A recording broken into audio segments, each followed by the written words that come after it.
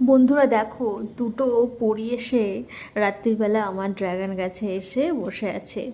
কি অপূর্ব তার গড়ন! মনে হচ্ছে সাদা একটা গাউন পরে এসছে।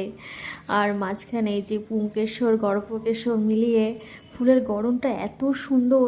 প্রত্যেক সিজনে আমি বাড়িতে নানান ফুল ফোটাই, নিজের হাতে নানান ফুল ফোটাই, কিন্তু ফুলের এত সুন্দর গড়ন আমি আগে কখনো দেখিনি। আমি একেবারে অভিভূত। আর ফুলের একটা মিষ্টি গন্ধও আছে। সব মিলিয়ে আমি একেবারে বিস্মিত হয়ে গেছি এমন সুন্দর ফুল দেখে। আর এই যে ড্রাগন ফুলে শুনেছি পরাগায়ন করতে হয়, তাই তুলি দিয়ে এই যে পলিনেশন করিয়ে দিচ্ছি।